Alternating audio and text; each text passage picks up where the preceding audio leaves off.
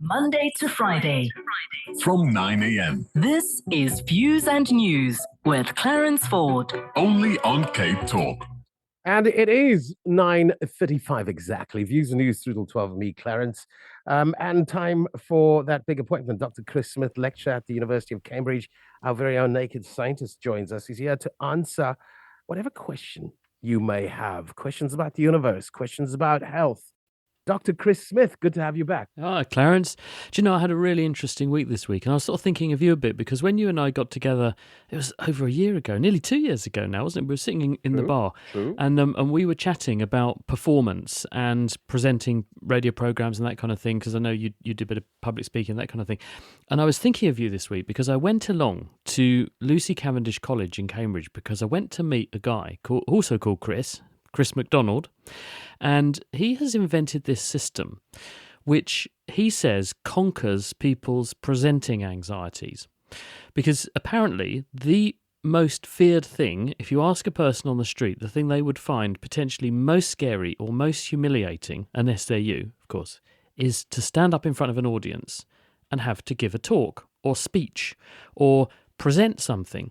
People find that really anxiety-provoking. So what Chris MacDonald has done, is actually published on this, and it really works, is he's used his background in tech to produce this system where, for want of a better phrase, you basically put on a VR headset, but it works on a mobile phone. So you can strap a mobile phone to a pair of ski goggles if you want to.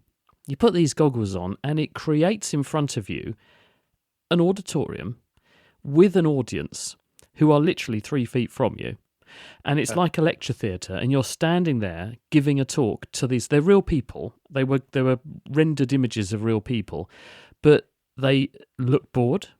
Some of them go to sleep. Some of them get up and walk out. Some of them will take photos of you. You can sort of ratchet up the intensity of the experience. And the idea is that in the same way as he put it to me, you can train yourself to tolerate spiders if you previously had arachnophobia. With this, you can, in the safety of your bedroom or wherever, get to experience the feel of what it would be like to be in front of that audience and learning your words and speaking, but not have any of the intimidation of them being there for real, but also learn to cope with the kinds of distractions that being in front of a big audience or even a small audience will throw at you. And I had a go at this thing. My goodness, it is realistic. Really, really, really impressive.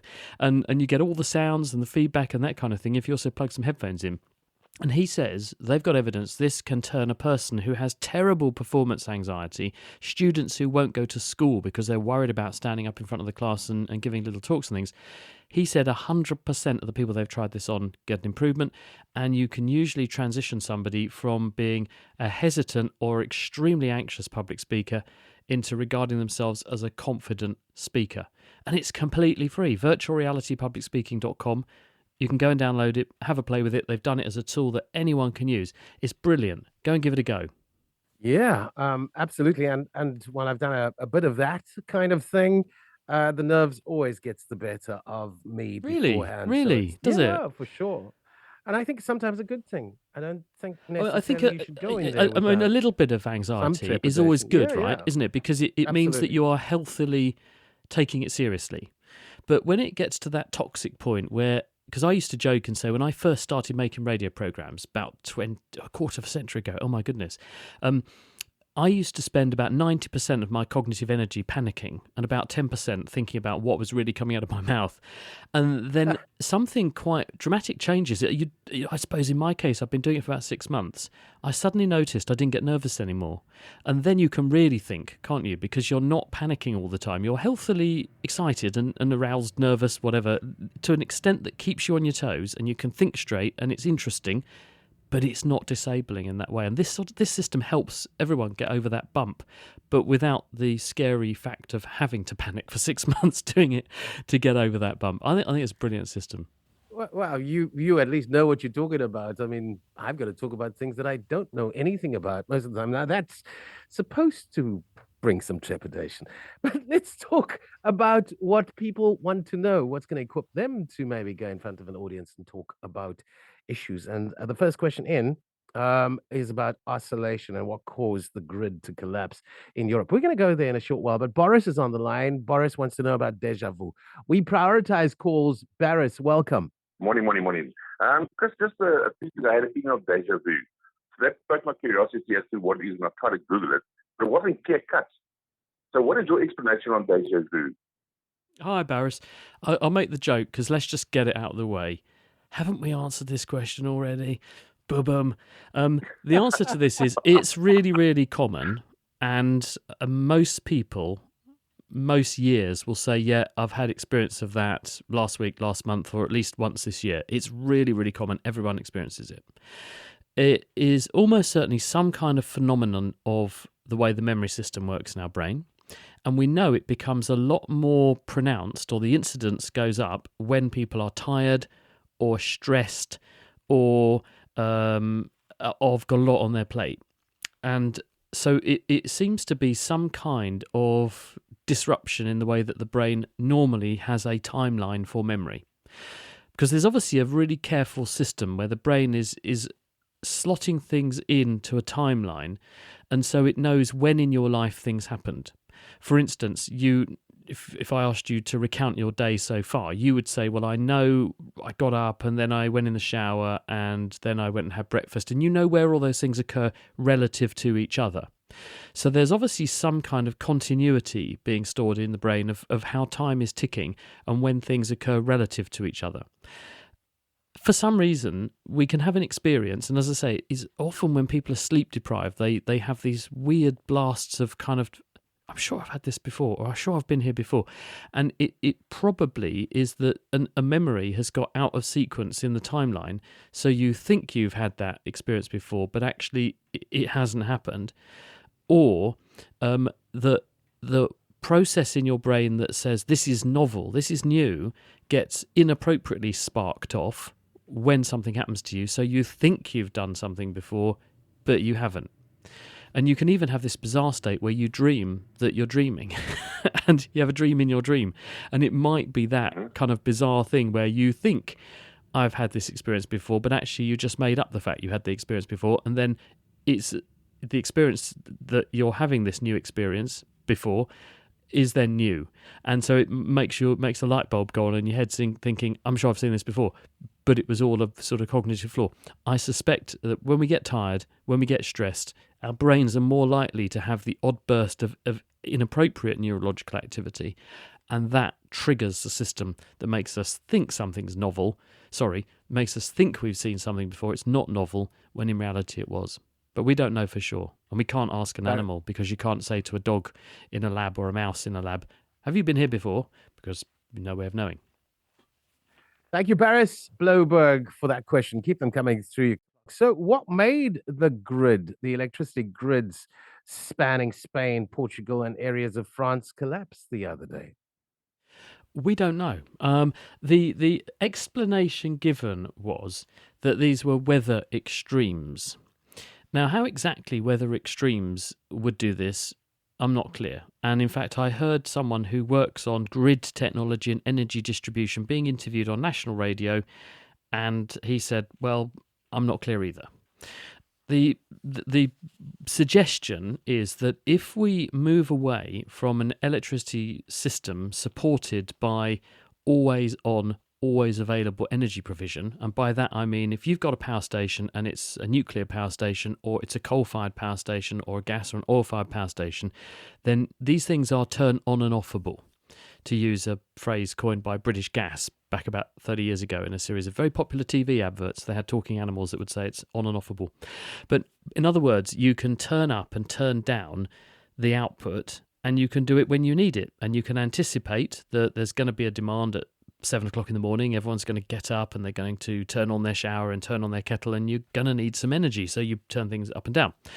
Now, as we transition towards a grid which is increasingly powered and supplied, rather, by renewables, wind and solar, it means that as we shift towards a greater emphasis on those things, and some countries have gone very, very far down this path already, it means that the reserve that's there in the grid by other systems that are more turn on and offable, because with solar, if the sun isn't shining, you've got no solar. With wind, if the wind isn't blowing, you've got no wind power. With other systems, you can always control them. So as you move towards a system where you are more reliant on renewables, if there are any exigencies of the weather that mean that they're not going to perform, it puts more pressure on the existing systems, which, if they've now become a much smaller part of the network, are much more vulnerable to failure themselves. They're A, under much heavier load, and B, they might not be able to cope with the load. And this is one argument for why we have to build a resilient power system that doesn't just rely on renewables. It has to have ways of propping itself up under emergencies. But I must admit, I haven't seen a coherent explanation for why there was this enormous impact. But members of my own family were affected. My wife's family have a place they live in Spain, and they suddenly found they had no electricity and no water, because once you lose the power, you lose water pumping and that kind of thing. And so more services began to go down. So although we have largely reported on the fact it was an electricity problem, it became a multi-service problem. And that then spilled over into things like telephony and the internet as well, because once there were no power for that kind of thing, many aspects of modern life and communications also went down. Ross asks a similar question, and his question around it being a possible Carrington event, a geomagnetic storm.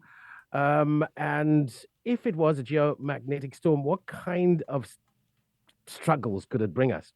Well, what he's referring to with the Carrington event was named after the astronomer / sun watcher Richard Carrington. And this is in the 1800s. And he noticed that because he was very fond of documenting sunspots, and sunspots are dots that appear on the sun, and they are black marks which, if you have a special telescope, never look at the sun directly, but if you've got the right apparatus to do it, you can look at the sun and you can see spots on the surface, and they vary in number and location and size, and these are temperature differences that represent areas of the sun's surface which are at a different temperature than other areas. And he noticed on this particular day in the 1850s, I think it was the 1850s, that there was a particularly massive sunspot or group of sunspots all coalescing in one place. And shortly after that, we then had this effect on Earth where all over the planet people described bizarre phenomena. There were sailors who would say the sky went blood red. There were sparks leaping off the masts of ships. Telegraph operators were being electrocuted at their telegraph stations. And this is obviously in the days of very early technology where we had the Morse code and long lines of wire connecting one side of a continent with another. But were it in the modern era, it would be much more dramatic. And the reason this all happened is that huge sunspot corresponded almost certainly to a coronal mass ejection. This is where a region of the sun's surface gets coiled up by a contorted magnetic field, which flings a whole load of solar plasma, effectively superheated particles at hugely high energy from the sun's surface racing through space towards the Earth. And it will go along about 1 million miles an hour and whip past the Earth. And when we're hit with this slingshot of charged, very high energy material, it then smashes through our atmosphere and deposits a lot of that energy into the Earth's ionosphere. And this in turn can induce currents to flow in anything that's a conductor, which is why those telegraph operators got electrocuted, fires broke out, and boats saw sparks. Now, in the modern era, where we have very vulnerable electromagnetically vulnerable equipment, satellites up in space, computers down on the Earth's surface, we would be much more at risk of all these things being damaged or smashed by this kind of system. And for this reason, many countries now operate space weather forecasting facilities. They're actually watching what's going on up in space. They can predict when one of these events may happen, because they do happen from time to time, but because the sun's massive, space is a big place, most of the time this stuff gets flung off and misses the Earth. But sometimes we end up in the firing line. Knowing this is going to happen, what we can do is move satellites further down into the atmosphere, so they're farther away from where the action is, and this will protect them. You can shut down circuits on some of these systems so they're less likely to crash, so that when the event has gone by, you can boot them back up again and you won't have corrupted all their software. And we can take steps on the Earth to safeguard our electricity grid, because you think our electricity grid is like a massive antenna and capable of collecting huge amounts of energy that will be passing through the atmosphere in this way, and that could overload the grid. So it's certainly very reasonable that this could happen. I don't believe that was the cause of the event this week, though. Brian has a question related to gravity, and I know the last time this question was put to you, you mentioned that I guess the underlying mechanism or nature of gravity remains a mystery. But Brian's question, morning, Dr. Chris, is there any relationship between gravity and the magnetic field of a planet? Well, people are trying to create a grand unified theory here where we try and understand or see any kind of connection between how magnetism works, gravity works, and etc., etc. No one's managed to do that yet. The argument we have is that gravity is a function of mass. And so the more massive something is, the more gravity it has. Now, Isaac Newton was happy with that explanation and worked out some formulae which, except at the extremes, work really, really well to work out how things are attracted to each other gravitationally. Along comes Einstein and says, well, actually, I'm quite interested in the extremes, very, very small and very, very big, where Newton's physics doesn't work. So let's try and come up with a better explanation. And what Einstein envisaged was that when you have something massive, has a lot of mass, this in some way deforms the fabric of space around that object. So you warp space around your massive object, and that warping of space-time has the effect of changing the path of other objects, masses, as they come close. And the analogy that physicists frequently use to explain this is you think about a trampoline, and you drop a heavy bowling ball in the middle of the trampoline and it deforms the trampoline down into a well. Well, that's like a gravity well. And if you rolled a marble across the surface of the trampoline, it would roll down towards where the bowling ball is. That would be like gravity, one mass attracting another mass. But magnetism is quite different. And the magnetic field of, say, the Earth, we believe, and our models suggest, that this is a product of what's inside the Earth, because down near the core of the Earth is a core of iron, because iron's very heavy, and as the planet formed and the materials differentiated, the iron and the heavier elements ended up in the centre. The planet is turning, the iron is turning, and this turning effect, through mechanisms we're not entirely sure about, but we believe that this spinning core is what creates a magnetic field, and it gives the impression as though there's a giant bar magnet inside the Earth, north to south, which creates the magnetic field lines around it. And obviously the bigger your body is, the more of that effect you can have, and therefore the more powerful your magnetic field can be. But in terms of the link between gravity and magnetic fields, that's quite a different thing, and that's not why the Earth has either magnetism or gravity, the fact there might or might not be a relationship there. Gavin says he's asked this question before but never heard the answer. I would have thought the answer was obvious. Maybe it is not, but let's ask the question nonetheless. Why does the sun in Cape Town rise way south of due east and set way south of due west on the summer solstice? I'm not sure. I'd have to go and have a think about that. I mean, the point is, the reason the sun rises and falls is because the Earth is turning. And as the Earth goes round the sun, that's a year, it also spins on its axis. And so the sun is seen from one side of the Earth. It goes across the sky because we turn as we rotate on our own axis, and then it sets again. And according to where you are on the Earth's surface, you're going to see the sun rise and fall in the sky in a slightly different place. And remember, the Earth is also tilted 23.5 degrees. So the sun doesn't follow a perfect path across the sky, and that will vary seasonally. So where you are around the sun on that year-long orbit I just mentioned, that will mean that you either tilted towards the sun or away from the sun, the planet that is, and that will have an effect on where the sun rises, how high it gets in the sky, and at what time it sets, which is why we have longer and shorter days with the season. I hope that answers the question, but I'll go away and have a think about it in case I've missed something. The sun then is benefiting the southern hemisphere in its summer. So it would be in the southern hemisphere. It would be rising and setting way south of due east and way south of due west. When we have the summertime happens because the planet, that hemisphere, is tilted more towards the sun. So it's nothing to do with distance, because people think it's warmer because we're closer to the sun.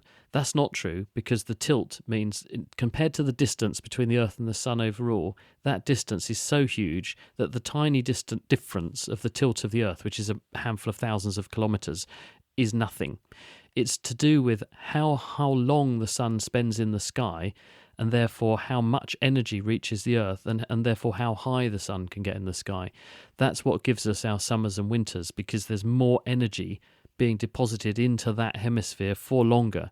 So we have overall warmer temperatures in summer and the reverse effect in winter. And the sun is higher or lower in the sky in summer and winter respectively, because if the planet is tilted more towards the sun will rise and reach a higher point in the sky relative to what it will do in the opposite season in the winter. And on an equinox, can we assume that it's setting due east and due west? Well, it's always going to, the sun will rise in the east and set in the west. That's always the case because of the direction the planet turns. And it's not going to turn a different direction at different times of the year. It's just how quickly the sun reaches a point on the horizon that you can see sunrise versus when it goes down below the horizon, sunset. And that point is determined by where we are around the sun as we go on our lap around the solar system, which is what we call a year. I think that's unfortunately all that we have time for today. Maybe just a quick one from Abdul, and I think it's a question that you've had before. Is dementia an inherited condition? Abdul, it can be. The commonest form of dementia is Alzheimer's disease. Alzheimer's disease is caused by a build-up in the brain of a substance we make naturally in the brain, but for some reason, in some people, it builds up to a toxic level, and that's called beta amyloid. But there are some forms of the genes which are associated with how the brain and the body handles fats. This is a gene called ApoE, which appears to increase the likelihood of this stuff building up. And there's one particular form called ApoE4, which is associated with a higher risk of developing dementia. And there are also some gene changes in the genes that are involved in beta amyloid, and also another protein, which is a structure that builds up inside nerve cells. So either of those things can be determined by genes, and so therefore, yes, in a proportion of people who have Alzheimer's or other forms of dementia, there is a genetic component. So if you have a family member who got this at a young age, then it is possible that you also may be at higher risk of Alzheimer's disease, although there are so many risk factors for it that it's not 100% given that that's going to be the case. We've got a wrap. Unfortunately, I can have you for a whole day, Dr. Chris Smith, the naked scientist, lecturer at the University of Cambridge. Another such opportunity next Friday after 9:30. Monday to Friday. From 9 a.m. This is Views and News with Clarence Ford. Only on Cape Talk.